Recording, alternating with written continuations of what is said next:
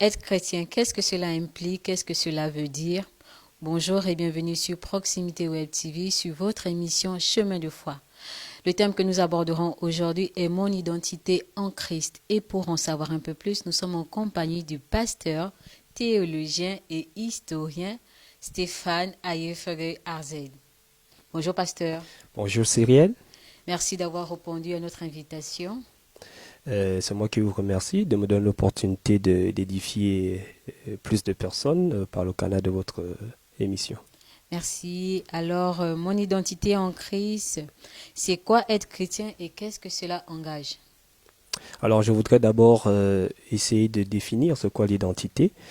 On va dire que l'identité, c'est un ensemble, on va dire, de caractères attribués à notre personnalité et qui permettent à ce qu'on puisse non seulement nous identifier, nous définir, deux fois même nous nommer, et le plus important, nous insérer dans un groupe, on va dire social, que ce soit religieux, sociopolitique, bien ethnique même, et pour même parler d'une communauté. Donc, lorsqu'on dit que nous avons une identité en Christ, c'est, on va dire, un ensemble de comportements que nous manifestons, que notre personnalité manifeste, et qui permettent de révéler ou bien, on va dire, d'affirmer que nous sommes réellement chrétiens. Est-ce que cela implique que notre vie est totalement et entièrement régie par la parole de Dieu? Bien sûr, parce qu'il en va de soi. Je voudrais peut-être vous lire un texte, et c'est mieux puisque nous sommes en train de parler voilà, du christianisme. Voici des paroles de l'apôtre Paul dans l'épître adressée aux Philippiens. Le chapitre 2, versets 15 à 16, il dit « Afin que vous soyez irréprochables, purs des enfants de Dieu, irrépréhensibles au milieu d'une génération perverse et corrompue parmi laquelle vous brillez comme des flambeaux dans le monde. Portons la parole de vie, et je pourrai me glorifier au jour de Christ de n'avoir pas couru en vain, ni travaillé en vain. » On peut ajouter à ces paroles-là les paroles du Seigneur Jésus-Christ, qui disait que si vous m'aimez, gardez mes commandements. On va dire que la parole de Dieu est le régulateur, on va dire, du comportement, de la manière de vivre au quotidien du chrétien. On ne peut pas dire qu'on est chrétien si nous ne sommes pas capables de nous soumettre volontairement à ce que dit la parole de Dieu, aux directives, aux orientations de la parole de Dieu. Dans chaque domaine de notre vie, la parole de Dieu doit être, on va dire, comme, un socle, une posologie, voilà, une règle pour nous diriger dans nos choix et dans nos décisions. Est-ce que le fait d'accepter le Seigneur comme Jésus comme Seigneur et Sauveur personnel nous confère un titre particulier par rapport à d'autres? Est-ce que cela qualifie en fait qui nous sommes, selon vous? L'Évangile selon Jean nous dit dans son chapitre 1er, au verset 12, à tous ceux qui l'ont reçu, on parle du Christ, à ceux qui ont cru en son nom, elle, la parole faite chair, il y a un pseudonyme de Christ, leur a donné le pouvoir de devenir enfant de Dieu. On devient enfant de Dieu. Et ce que nous confère le fait de croire au Christ, la première identité que nous avons, c'est être enfant de Dieu. Cette identité-là nous est conférée parce que nous avons cru. Maintenant, il faut revenir sur peut-être une petite histoire. Permettez-moi de faire une petite histoire sur le mot chrétien. Alors, c'est dans le chapitre 11 des Actes des Apôtres que l'auteur des Actes, Luc nous fait apparaître le mot chrétien pour la première fois. C'est aux environs des années 43 après Jésus-Christ. On dit que ce sont des habitants d'une ville qu'on appelle Antioche qui ont observé des adeptes du Christ et qui, on va dire même d'une manière ironique pour se moquer d'eux, ont utilisé le mot chrétien En grec ancien, c'est Christianos, ça veut dire littéralement des petits Jésus. Ils ont identifié ces personnes par leur comportement, par leur manière de vivre au quotidien, par leur savoir-faire, leur savoir-vivre. Et ils ont dit que ces gens-là, ils ont une certaine manière de vivre et on va les appeler des chrétiens. Donc on reconnaît un chrétien par sa manière de vivre? Oui, parce que la notion d'être de chrétien, le fait d'être chrétien, c'est pas quelque chose que nous utilisons, on ne s'autoproclame pas chrétien. D'accord. C'est celui qui n'est pas chrétien, ou bien peut-être un autre chrétien, par extension, qui doit reconnaître qu'en notre manière de vivre, dans les valeurs que nous professons, dans notre manière de diriger chaque domaine de notre vie, nous le faisons selon la parole de Dieu, nous le faisons en ayant comme référent Christ. Et qu'est-ce qui explique alors le fait que on reconnaît certains chrétiens certaines caractéristiques en fait qui ne vont pas de pair avec ceux qu'ils prétendent être? Alors, c'est une question très, très importante et très profonde. Je crois qu'il va falloir essayer de donner une réponse pertinente. Ça veut dire que, pour moi, qui parle, le premier problème, c'est celui de l'authenticité des conversions. L'authenticité des conversions, c'est-à-dire? L'authenticité des conversions, ça veut dire qu'il y a un phénomène qui prend de plus en plus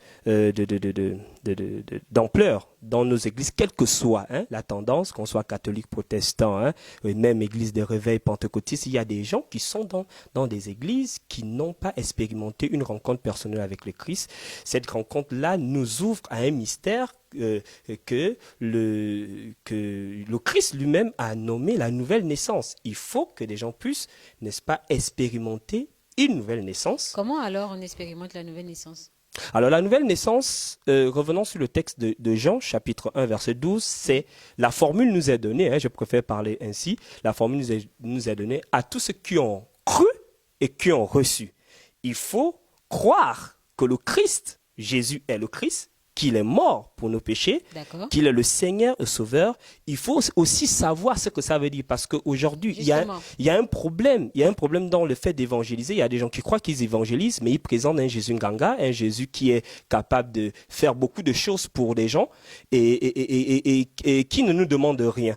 Et là, c'est vraiment une fausse manière de présenter Jésus. Je crois qu'on n'accepte pas Jésus parce qu'il doit faire des choses pour nous. On accepte Jésus parce qu'il a fait quelque chose pour nous. Et il est de notre devoir, je vais dire même, il va de soi que si nous voulons être sauvés, nous puissions aller vers le Sauveur. Donc ça veut dire que quand on accepte Jésus, il y a une contrepartie? Oui, il y a une contrepartie. Laquelle? Il y a une contrepartie. Écoutez, prenons un peu un texte peut-être que vous connaissez aussi dans l'évangile de Matthieu, chapitre 11, verset 27. Il dit, venez à moi, vous tous qui êtes fatigués et chargés, et je vous donnerai du repos. Et ça ne s'arrête pas là. Il dit, ensuite, prenez mon joug.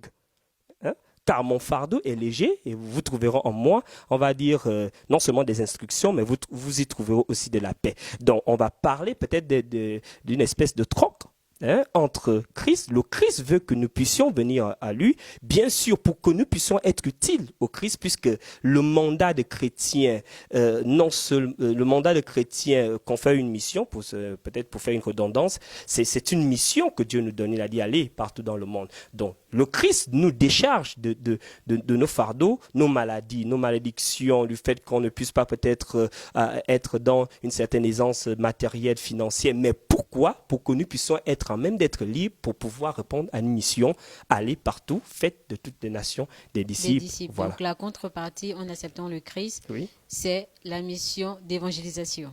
Oui, la mission d'évangélisation, mais aussi la responsabilité qui incombe à tout chrétien de représenter convenablement le royaume.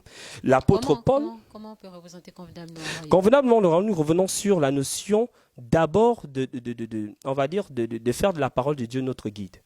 D'accord. L'apôtre Paul, en écrivant aux chrétiens de Corinthe, on va dire sa première épître, au chapitre 5, à partir du verset 17, il dit si quelqu'un est en Christ, il est une nouvelle créature. Après, par la suite, il dit que Dieu a fait de nous des ambassadeurs. Il nous a donné un ministère dans le sens d'un travail. L'autre ministère, c'est représenter Christ, puisque un ambassadeur représente un royaume, représente une nation qui l'a envoyé auprès d'un autre État, et il doit représenter cette nation convenablement. Donc pour moi, il y a la responsabilité de représenter le royaume par notre manière de faire, par notre manière de vivre, par des valeurs que nous professons dans notre vie, que nous valorisons aussi. Il y a la responsabilité d'évangéliser, parce que c'est autre chose aussi, évangéliser. Il y a la responsabilité aussi, peut-être pour un dernier point, de manifester ce que je peux appeler les compétences de la chrétienté, parce que Dieu nous a donné un pouvoir d'être, on va dire, enfant de Dieu, et ce pouvoir-là d'être enfant de Dieu nous amène à être un instrument entre les mains de Dieu pour que Dieu par nous puisse délivrer, puisse sauver, puisse amener les gens à la lumière, à la transformation pour la vie que le Seigneur Jésus-Christ voudrait que nous puissions vivre. Alors donc, qu'est-ce que vous pouvez dire à ces personnes qui ont accepté Christ? Quelle est leur identité aujourd'hui? Qu'est-ce qu'ils peuvent retenir de leur identité en tant que chrétiens? Alors, si vous avez accepté Christ, et j'espère que vous l'avez fait, vous êtes premièrement enfant de Dieu. Être enfant de Dieu, c'est première chose à retenir, c'est un pouvoir, c'est une identité qui nous confère d'abord, on va dire que nous le sommes, qui nous confère des missions, une responsabilité de représenter le Christ dans la société, dans nos familles, au quartier, à l'école, à l'université. Nous devons faire en sorte que, comme l'apôtre Paul le dit, je vais prêter ces mots, comme si le Christ lui-même parlait par nous, comme si lui-même il exhortait par nous, comme si lui-même il vivait au milieu de ces personnes qui vont nous regarder. Nous devons représenter le royaume et nous devons apporter l'évangile. Et si nous sommes devant un cas où notre voisin, notre membre de la famille, notre connaissance est en proie à des servitudes, nous devons être à même d'y manifester le pouvoir d'un enfant de Dieu par la puissance que le Christ nous a donnée et qui est en nous par le Saint-Esprit. Donc c'est possible d'avoir la puissance du Christ en nous. Mais oui, c'est possible d'avoir la puissance du Christ en nous, une chrétienté. Ça fait partie des oui, ça fait partie des, on va dire, des prérogatives du package, parce que tout de suite, la mission que le Christ confère à tout chrétien, à tout enfant de Dieu que les païens reconnaissent comme étant un Christos, un petit Jésus dont un chrétien, cette mission-là, c'est d'aller. Est-ce qu'il y a un procédé? Est-ce qu'il y a un procédé pour parvenir à cette capacité-là, justement? Oui, comme j'ai dit, premièrement, il faut avoir une conversion authentique. Il y a des gens qui viennent à l'église, qui résument leur... Qui définit que la conversion est authentique? Comment on peut savoir? Alors, prenons un texte, revenons dans peut-être, je n'ai pas encore cité, l'Épître aux Romains, mais revenons un peu dans l'Épître aux Romains. La Bible dit dans le chapitre 8, et c'est un très bon chapitre, premièrement, au verset 9, que si nous n'avons pas l'Esprit de Christ, nous ne lui appartenons pas. Donc, la première chose que Dieu nous donne, lorsque nous devenons enfants de Dieu, lorsque nous naissons de nouveau, c'est sa propre personne qui vient habiter en nous. Puisque notre chair en proie a des faiblesses, a des limites, notre chair qui est déjà corrompue par la loi du péché ne peut pas manifester un certain nombre, on va dire, de compétences divines. Alors Dieu vient habiter en nous pour que nous soyons un instrument dont il peut utiliser pour faire un certain nombre de choses, pour guérir, pour transformer, pour apporter, n'est-ce pas, le salut à ceux qui sont tout autour de nous. Donc, première chose, une conversion authentique, parce qu'une conversion authentique confère réellement, on va dire, le Saint-Esprit, dont la troisième personne de la Trinité. La présence du Saint-Esprit en nous. Qui confirme que nous sommes enfants de Dieu. Revenons sur Romains chapitre 8, on dit que, au verset 16, on dit que le Saint-Esprit avec petit e, l'Esprit avec petit e rend témoignage. L'Esprit étant pour moi avec grand E, qu'est-ce que j'ai dit? Grand E rend témoignage à mon esprit, avec petit e, que je suis enfant de Dieu. Il faut que chaque personne puisse attester intrinsèquement, ça veut dire que je suis enfant de Dieu. C'est une histoire de conviction. C'est une histoire de conviction, mais je ne veux pas dire de conviction comme si on s'auto-convainc de quelque chose qui n'est pas suivi d'une expérience. Lorsqu'on a le Saint-Esprit, lorsque vous vivez avec quelqu'un, il faut avoir une communion avec cette personne. C'est le temps de prière, la personne peut vous parler, la personne peut interagir. Donc, il y a un vécu que nous devons avoir avec la personne du Saint-Esprit. On a trop de chrétiens qui s'attendent à ce que des pasteurs, des prophètes, des personnes qui sont considérées comme des hommes de Dieu puissent faire ce travail à leur place, puissent leur donner une parole, une prophétie, alors qu'ils peuvent, n'est-ce pas, eux-mêmes avoir une relation D'ailleurs, c'est quelque part foirer l'œuvre de Christ, parce que la première chose que le Christ nous a donnée, c'est la capacité à être en contact avec le Père. Il nous a réconciliés avec le Père afin que nous puissions être ses enfants. Alors, dernière question, au final, est-ce qu'il est possible de bénéficier, c'est-à-dire de jouir de cette identité en Christ? Oui, il est possible de bénéficier de ça. Premièrement, de manière pratique, conversion authentique. Deuxièmement, il faut que nous puissions être des chrétiens enseignables. Beaucoup de chrétiens ne sont pas enseignés, donc ils n'ont pas, on va dire, des rudiments qui peuvent, n'est-ce pas, expérimenter, appliquer pour pouvoir croître dans la foi.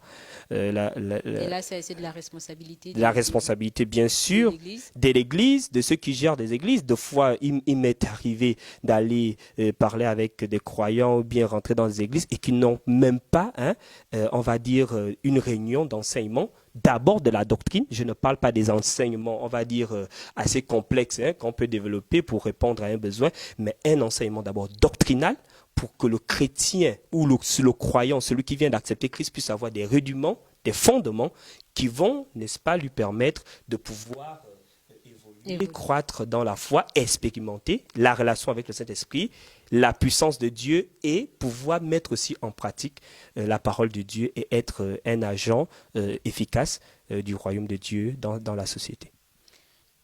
Alors, c'est ici que prend fin votre émission Chemin de foi, où nous avons abordé avec le pasteur Stéphane Azed ce que c'est l'identité en Christ.